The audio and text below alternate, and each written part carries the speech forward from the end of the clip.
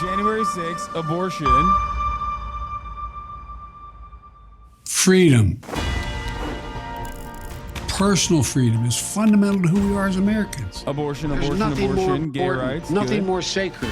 That's been the work of my first term, to fight for our democracy, This shouldn't be a red or blue issue. to protect our rights, to make sure that everyone in this country is treated equally and that everyone is given a fair shot at making it. But you know, around the country, MAGA extremists are lining up to take on those bedrock freedoms, cutting Social Security. Okay, signaling that, like, Republicans vote for me. Don't vote for the MAGA extremists. Okay, independents and moderates. That you paid for your entire life while cutting taxes for the very wealthy, dictating what healthcare decisions women can make, banning books, and telling people who they can love, all while making it more difficult for you to be able to vote. It's kind of funny that he didn't do any of these things, by the way. Like, that's besides the point, because the bar is in hell that, like, what are the issues? Like, what are the vibes of the campaign? We finally have, we're finally seeing, like, how the campaign is going to structure itself. What are the issues it's going to care about and what the vibes are going to look like. But if we get to the point where it's like, what has he done to defend those issues? Not great.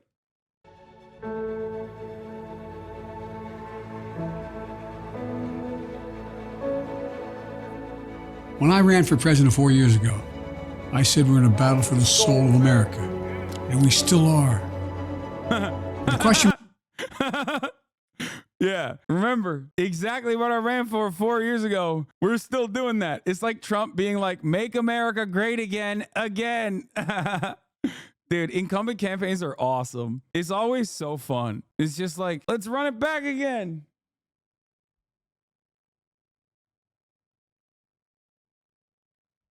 Sorry, I just wanted to look at my little cutie pie. Hi. She's so pretty. Such a little baby. we're facing is whether in the years ahead we have more freedom or less freedom, more rights or fewer. I know what I want the answer to be, and I think you do too. This is not a time to be complacent. The other chatter, earlier was asking why Biden's approval ratings are down if voters don't care about Gaza. Biden's approval ratings are down because he's 7,000 years old. People have seen a depreciation of their quality of life and a negative real wage growth for at least almost 2 of the years of the Brandon regime. Okay, that's not going to go away that easily. Obviously, the economy is experiencing the soft landing that the Brandon camp correctly pointed to. Okay, we're in the process of that soft landing, but you're not going to forget the other shit. You're not going to forget half of the fucking. You're not going to forget the half of the Brandon regime where your life sucked dick.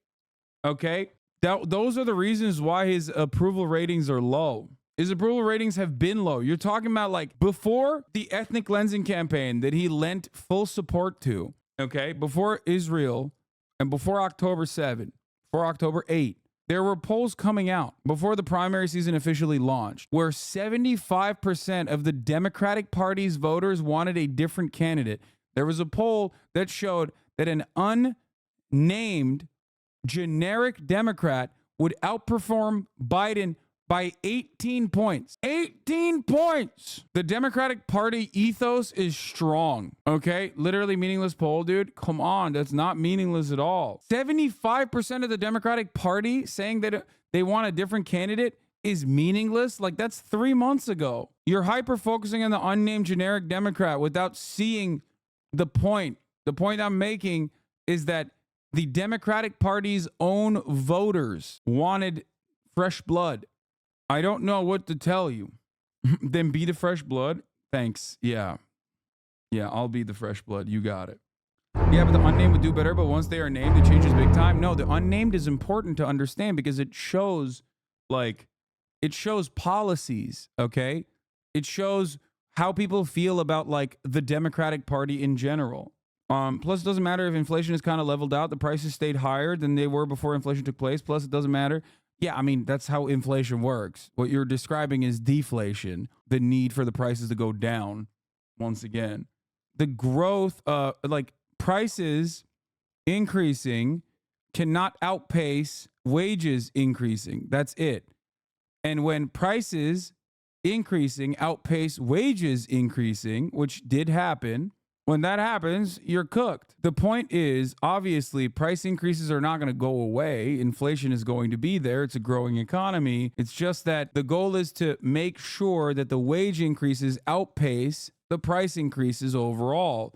Now, obviously, there's a lot of massaging of those numbers that a lot of people engage in, especially liberal economists. One of the major reasons as to why your wages technically increase, but you don't feel it in your pocket, is the sectors of inflation that have skyrocketed, ballooned, like healthcare.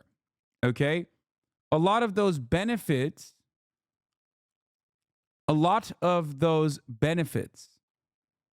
that yes, explain to us inflation, rich man. Okay, I'm gonna give you an hour off because you asked me to run for president and I'm not even 35 years old. And I feel like you're not of the right mindset here. Okay. One way to show that we have a lot of wage growth that doesn't necessarily change the way, that doesn't necessarily change your bill at the end of the month is due to the fact that your healthcare is paid for with your salary. It's tied to your employment.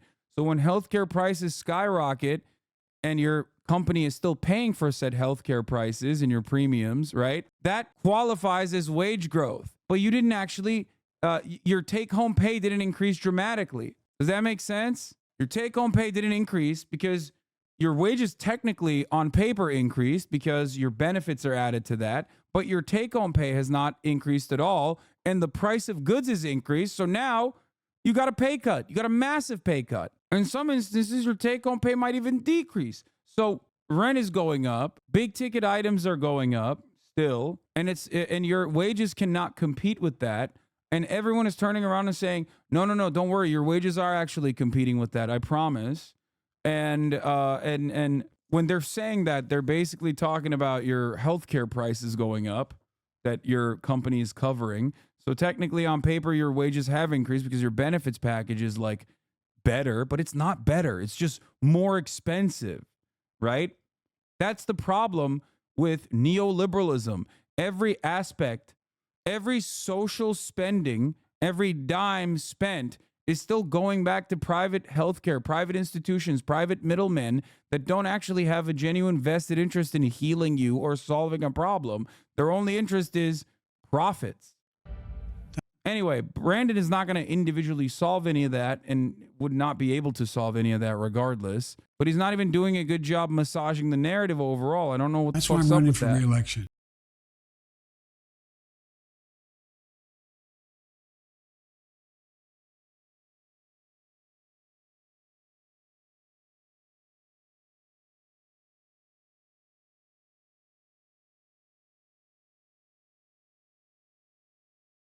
Bagman, who's normally logical, somebody who currently shouts how amazing the income is for everybody currently. It drives me insane. I agree with your view on it.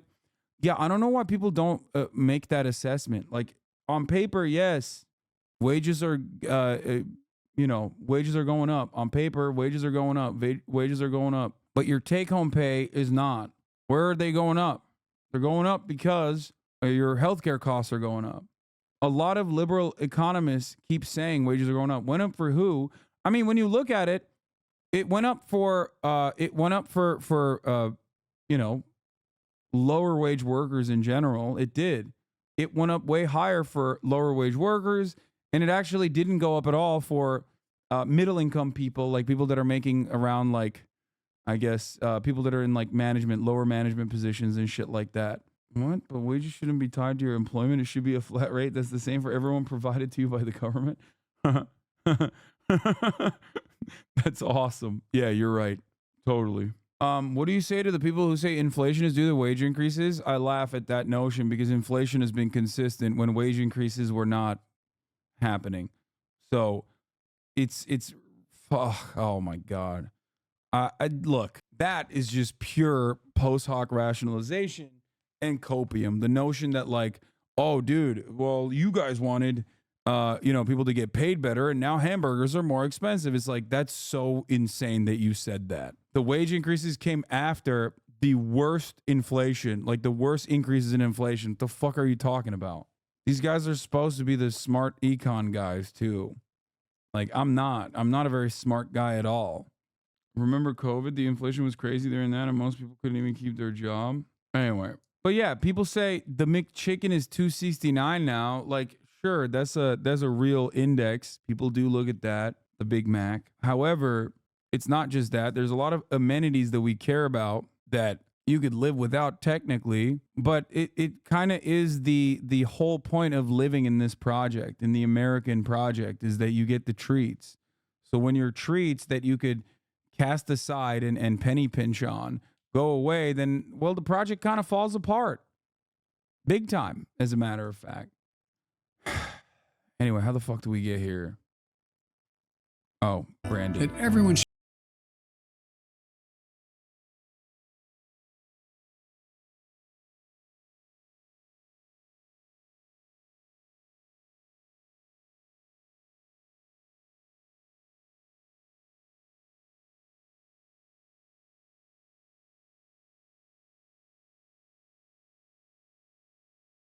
Technicalities about how abortion rights were lost. They're going to tie their abortion rights lost to it happening under Biden, and Biden isn't offering any path to get the abortion rights back. You're wrong on that.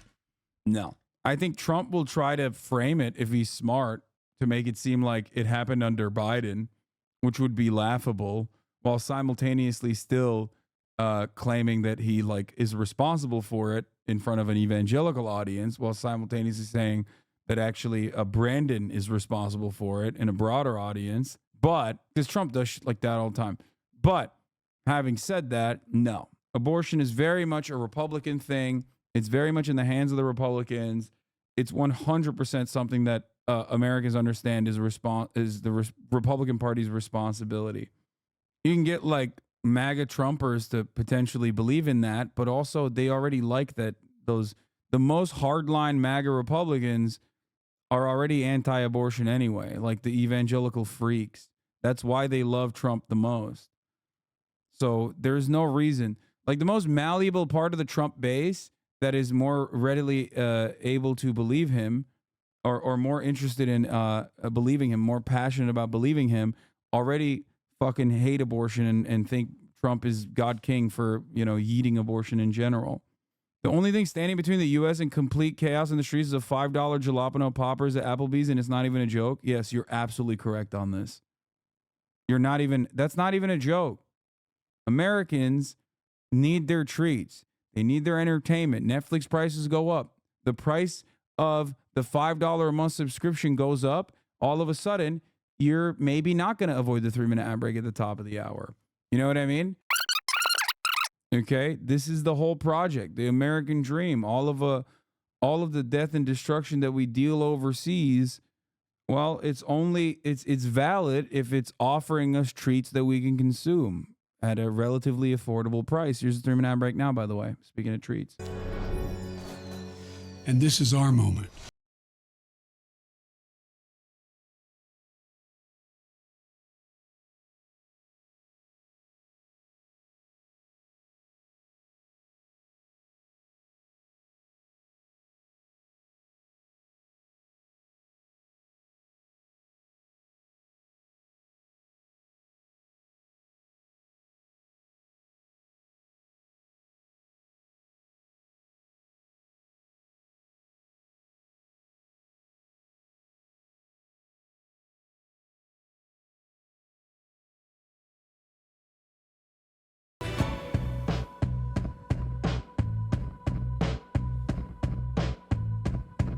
Finish the job, Brandon. Start fucking nuking Texas. What are we doing?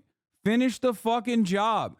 It's time. It's time to get the National Guard in Texas to go in and arrest Governor Greg Abbott. Okay?